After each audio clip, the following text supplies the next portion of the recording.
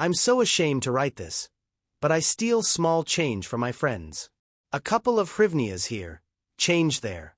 And everyone thinks I'm honest. But I feel like a piece of shit that no one should ever love. I can't believe I'm about to say this out loud, but I once pretended to be blind for almost a year. Started as a joke. I was in college, constantly broke, constantly stressed, and honestly, a little desperate for attention. I wasn't the popular kid, I wasn't the smartest kid, and I definitely wasn't the most athletic. I was just average. Painfully average. One night at a party, someone asked why I always wore sunglasses indoors. I laughed it off and without even thinking I said, because I'm actually blind. Everyone froze, then laughed, and I leaned into the joke. For some reason, people believed me more than I expected. The next morning, I thought it would all be forgotten. But it wasn't. A classmate actually asked me if I needed help finding the lecture hall. I panicked. I could have told the truth right there, but instead, I nodded and said yes. That was the moment the lie grew legs. I told myself it was temporary. Just a little prank. Just a few days.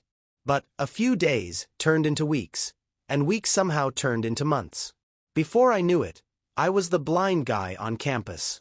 And here's the messed up part. People treated me better. Professors gave me more time on assignments. Strangers opened doors for me.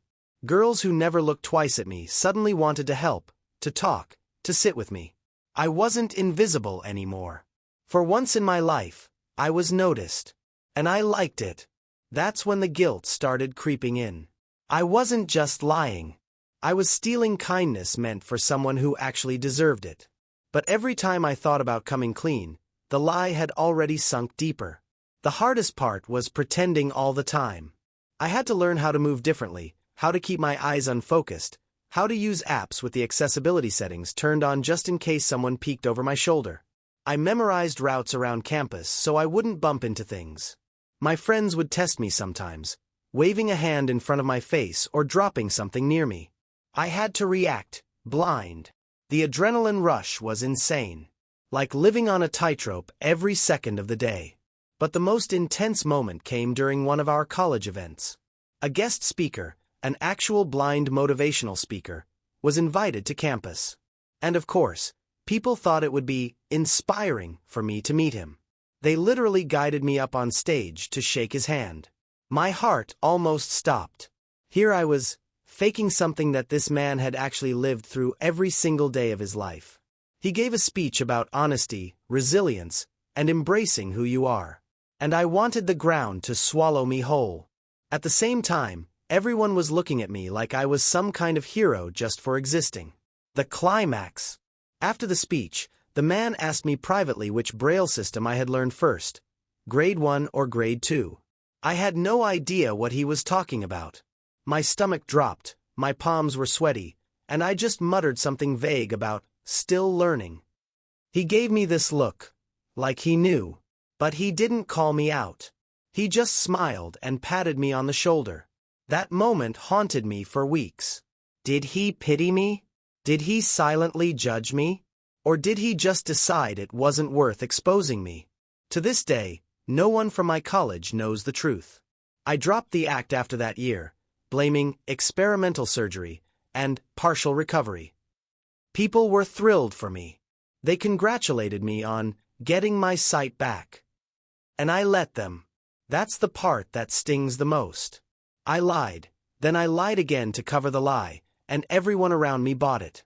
So here I am, years later, writing this confession because I don't know how else to deal with the shame. It eats at me sometimes. How much respect and care I received for something I completely faked. I know it was wrong, I know it was selfish, but part of me still misses that version of myself. The version people actually cared about. Would you have told the truth if you were in my shoes?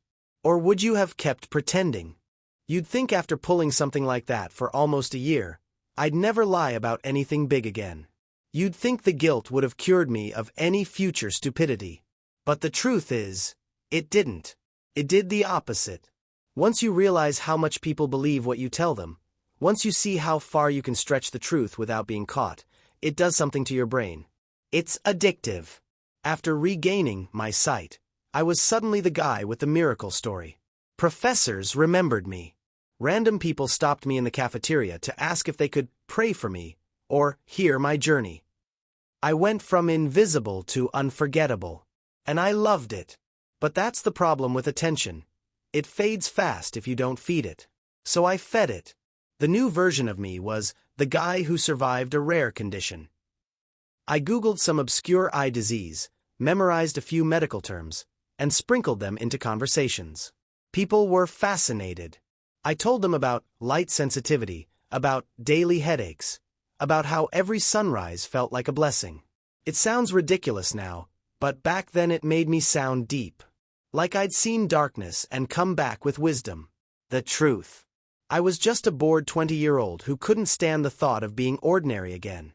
The thing about lies is that they grow like weeds. One sprouts, then another, then you can't tell where the roots even started. Soon enough, I wasn't just lying about my eyes. I started lying about smaller things too, like where I was from, what my family did, even about having some distant tragedy in my past. Nothing huge at first. Just little adjustments to make me sound more interesting. If I came home late, I'd invent a wild story instead of admitting I was just scrolling TikTok in the library. If someone asked about my summer, I'd say I volunteered at a hospital, when in reality I binge-watched Netflix at my parents' house. And people ate it up. They called me inspiring. They said I had such a unique perspective on life. Meanwhile, I was sitting there nodding, trying not to laugh at how absurd it all was. But here's the catch. The more I lied, the more paranoid I became.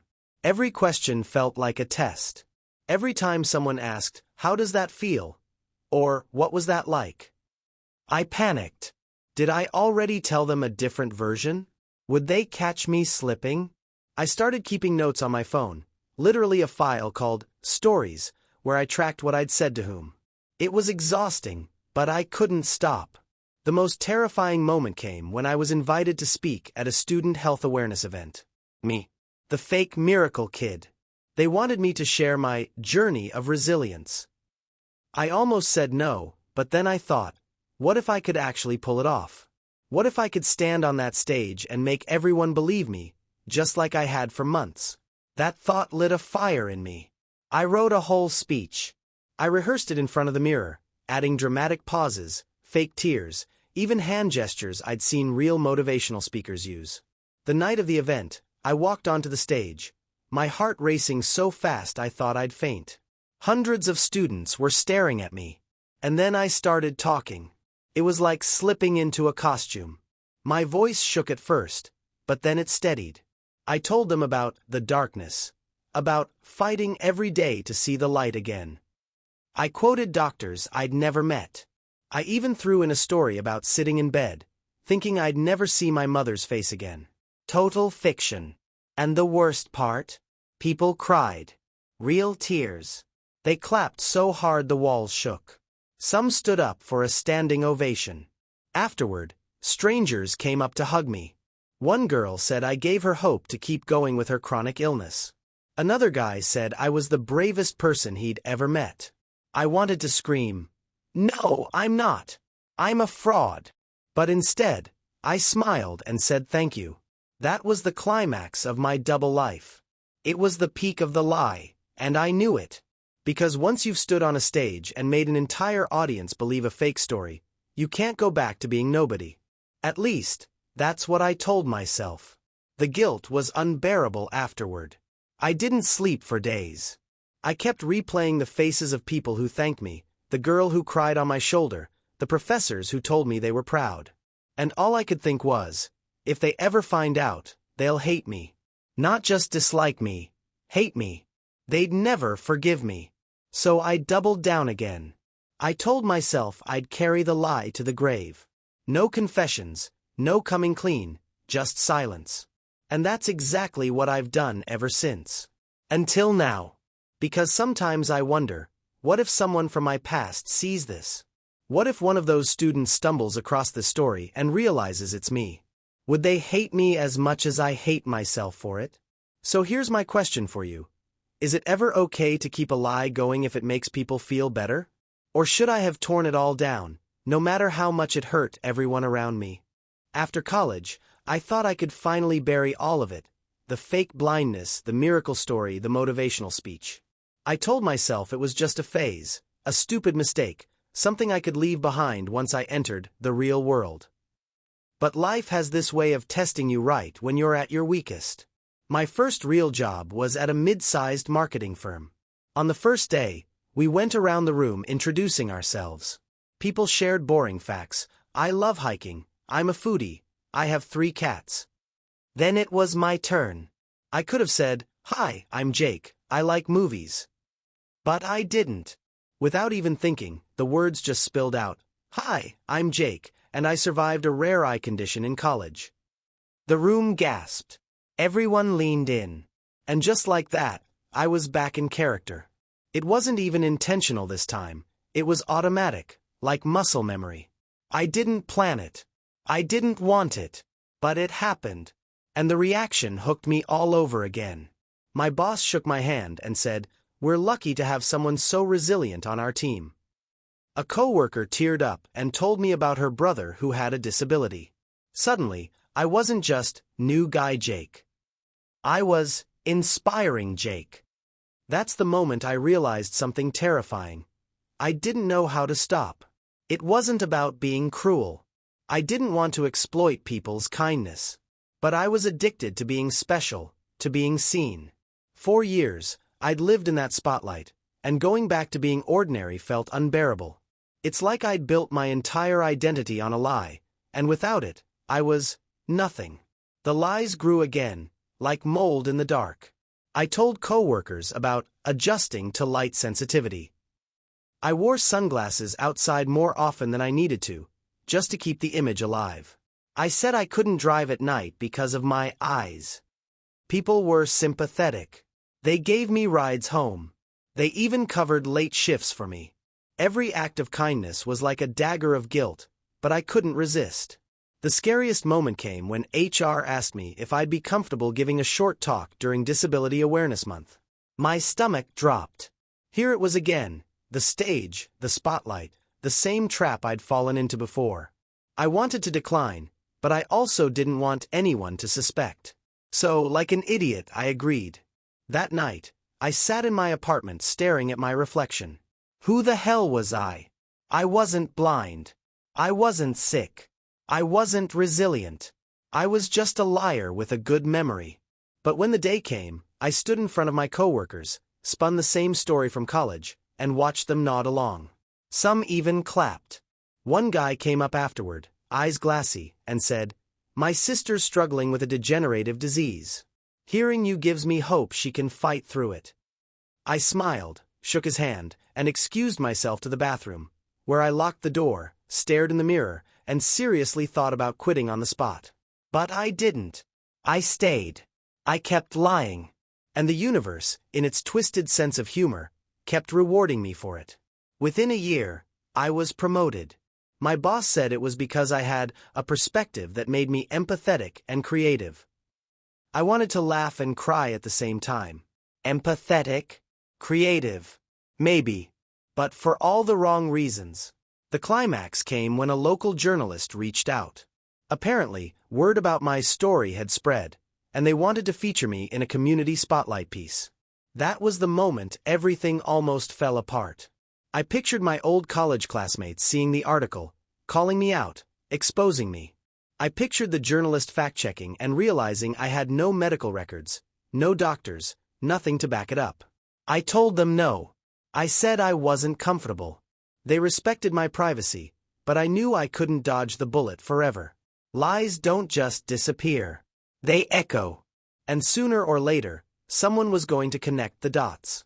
At night, I started dreaming about being exposed. Literal nightmares where I was on stage, giving a speech, and suddenly the audience turned on me, pointing fingers, screaming, "Liar! Liar!" I'd wake up drenched in sweat, heart pounding. My therapist, because yes, I eventually went to one, asked me why I couldn't just tell the truth. And my answer was simple. Because the truth makes me nobody. That's the darkest part of all this. It's not just about lying, it's about needing the lie to feel like I matter. Without it, I'm average. Without it, I'm invisible again. And the thought of being invisible is somehow scarier than the thought of being exposed. The story hasn't ended yet. I still carry the lie. My coworkers still believe. My boss still praises me. And sometimes, when I catch my reflection in a window, I see not myself, but the character I created. The blind kid who wasn't blind. The survivor who never had anything to survive. The fraud everyone admires. And now, I can't help but wonder. If one day someone uncovers everything, will I lose everything too? My job, my friendships, my entire identity? Or will people just laugh and move on, leaving me to rot in the shadow of my own mess? So I'll ask you this, because I can't ask anyone else. If you had built your entire life on a lie, would you burn it all down and confess, or keep living inside it, hoping no one ever finds out? There's a saying that every lie eventually grows legs and learns how to walk on its own. Well, mine grew an army. By the time I'd been at my job for a couple of years, my miracle recovery story had spread far beyond the office. It became part of how people introduced me. Oh, this is Jake, the guy who used to be blind. I hated it, but I also needed it. That contradiction ate me alive. The unraveling started small. Tiny cracks in the performance. One morning, a coworker invited me to a trivia night at a local bar. I said yes without thinking. Halfway through, someone asked me if I could still read Braille fluently. My brain froze. I muttered something about getting rusty since the surgery, but the way they tilted their head, the pause before they nodded, it made my skin crawl. Did they believe me? Or was that the first thread someone might pull? Then came the accident. A few of us were walking to lunch, and a cyclist sped past, almost knocking me over. Instinctively, I jumped back and swore at him. Everyone laughed, except one guy. He squinted at me and said, "You've got pretty quick reflexes for someone with light sensitivity, huh?" I brushed it off, but my heart was pounding so hard I thought he could hear it. Paranoia became my shadow. I started replaying conversations in my head, analyzing every word, every look. Did they suspect? Did they know? I avoided long eye contact, worried someone would notice my eyes tracking things too naturally. I wore sunglasses more often, even indoors, to maintain the illusion. At night, I'd lie awake rehearsing excuses for scenarios that hadn't even happened yet. And then, of course, social media made it worse. A new hire at work turned out to be from my old college. We weren't close, but close enough. She posted a throwback picture on Instagram, a blurry shot of our class at a campus event. And there I was, in the background, very much blind Jake, with my dark glasses and cane. I panicked. What if she connected the dots? What if she told someone? It got worse. She tagged me.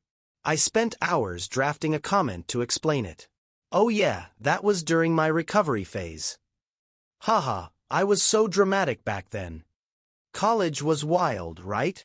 Nothing sounded believable. In the end, I did the only thing I could think of. I blocked her. Just nuked the connection and hoped no one else noticed. But the paranoia didn't fade. It multiplied. The real climax came during a company retreat. They set up a trust-building exercise where we had to guide each other through a blindfolded obstacle course. My stomach turned to stone. I couldn't refuse without looking suspicious, so I put the blindfold on, my palms sweating. My partner joked, "Well, Jake's got an advantage. He's done this before." Everyone laughed. I forced a chuckle. Halfway through, I slipped. Not because I couldn't see, but because I could, and I overcorrected. My movements weren't cautious enough, too confident for someone supposedly trained by years of blindness. People noticed. I could feel their eyes on me. My partner asked quietly, "Are you sure you're okay?" It wasn't a normal question. It had an edge. Suspicion. From that moment, I was convinced the walls were closing in. I started avoiding after-work events. I turned down invitations. I even lied about being sick to skip the holiday party, terrified someone might ask more questions. My coworkers began whispering when they thought I wasn't listening. I caught fragments. Doesn't add up. I thought he said. Weird, right? The worst came when HR asked to check in with me. They said someone had raised concerns about inconsistencies in my story. My blood ran cold. I laughed it off, acted confused, blamed miscommunication. They didn't press, but the seed was planted. Someone had doubts. And that's when the nightmares started again. More vivid than ever. Dreams of being cornered in the office, co-workers shouting fraud, my boss firing me, headlines exposing me. I'd wake up gasping, drenched in sweat, staring at the ceiling and wondering if tomorrow was the day it all collapsed. But the most haunting part? A small, twisted voice in my head whispered, maybe you deserve to be caught. Because living like this isn't living. It's prison. Every compliment feels like poison. Every smile feels like mockery. I walk into the office and wonder if today is the day someone says it out loud. I check my phone constantly, waiting for a message, a call, an email that exposes me. And yet, even now, I can't bring myself to confess. I've built everything. My career, my friendships, my reputation, on this lie. If I admit the truth, I lose it all. If I don't, I live in fear forever. So here I am, writing this down in the only place I can be honest, anonymously. Because out there, in the real world, I'm still Jake, the guy who survived the darkness. But in here, I'm just Jake, the liar. So tell me this, if you saw someone's entire life was a lie, would you expose them? Or let them keep living it, knowing it might be the only thing keeping them together? I always knew the day would come. The day someone would see through the cracks, call me out, strip away the carefully constructed illusion I'd spent years maintaining. But I didn't think it would be so casual, so ordinary. It started with a simple email from a coworker I barely knew. Subject line, hey, can we chat? That's it. No explanation. My stomach dropped. My first thought, she's going to expose me. My second thought, maybe it's nothing. Maybe it's a misunderstanding. But deep down, I knew better. I spent the next few hours pacing my apartment, rehearsing everything I might say. I practiced denial deflection, even a fake confession where I claimed it was a long-ago experiment. Nothing felt good. Every scenario ended with me losing everything. When I finally got to the coffee shop, she was already there. Casual, smiling, sipping a latte. The kind of smile that can disarm anyone, except me, because I was already convinced I was doomed. Jake, she said, eyes flicking up from her phone. Thanks for meeting me. Her tone was neutral, nothing dramatic. But that's the worst kind of tone. Neutral means she knows more than she's letting on. I sat down, fumbling my hands. Sure. What's this about? I tried to sound calm, casual, but my voice wobbled. She leaned back, folding her arms. I found some old posts online from our college days. You remember, right? The ones about the eye condition, the speeches, all that. She didn't smile. She didn't laugh. She just waited. I could feel the blood draining from my face. My heart hammered so loudly I was sure she could hear it. Yeah, I remember, I said, keeping my voice as steady as possible. College stuff. Old times. She shook her head. It's not that simple. Some things don't match up. I saw posts from classmates about the events you claimed. And I saw pictures. Some of them contradict what you've told people over the years. I froze. My mind raced. Photos. But those. I mean, maybe the angles. I stumbled over excuses I hadn't even rehearsed. They sounded pathetic even to me. She leaned forward. Look, I'm not here to humiliate you. I'm not going to call HR or tell anyone at the office. But you need to be honest. You need to tell the people who trust you, because eventually, someone else will find out. And it'll hurt more if they do. I wanted to argue, to beg, to explain. But I couldn't. I'd spent years weaving this web, and now one person held a pair of scissors. And she didn't even want to use them. We sat in silence for a few minutes.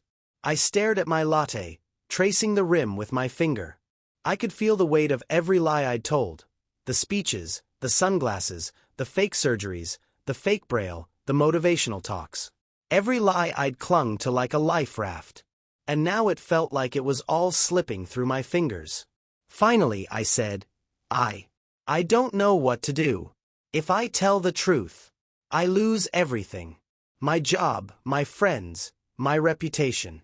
But if I don't, I keep living this lie, and it's eating me alive. My voice was barely audible. She reached across the table, lightly touching my hand. Then maybe you start small. One person at a time. Build honesty back slowly. You don't have to fix everything at once. But you have to start. I wanted to hate her for being rational, for being calm, for making me face the reality I'd avoided for years. But instead, I just nodded. My chest was tight. I felt like a balloon ready to burst. The terrifying, ironic truth hit me then. For all my careful planning, for all the paranoia, for all the sleepless nights and rehearsed stories, I had survived this long without being exposed by chance. Only to almost be undone by someone trying to help. I left the coffee shop feeling hollow, yet oddly lighter. For the first time in years, the idea of confession didn't feel like death. It felt like a lifeline. A chance to start untangling the mess I'd created. But the other part of me, the part addicted to attention, to being admired, was screaming. Don't do it. Keep it. They'll never know. It's safer this way. And that's the part of me that still wins. Because as I walk back to the office, I tell myself, maybe tomorrow, maybe next week, maybe when I'm ready. For now, I still carry the lie. My coworkers still trust me. My boss still praises me. And the world still sees Jake, the miracle survivor. Meanwhile, in my head, I know the truth. I am Jake, the liar, the fraud, the boy who faked blindness for attention and couldn't stop lying once he saw how far it could take him. So here I am, writing this confession, finally letting someone see the cracks I've spent years hiding. Will I ever come clean for real? I don't know. Maybe someday. Or maybe I'll die with the secret, the same way I lived with it all these years. And now I ask you, the reader, the anonymous witness, if you were living a life built on lies, addicted to the attention and care it brought, would you finally confess? Or keep walking the tightrope, hoping no one ever pulls the rope from under you? Because that's where I am. And no one, not a single person, knows the truth yet.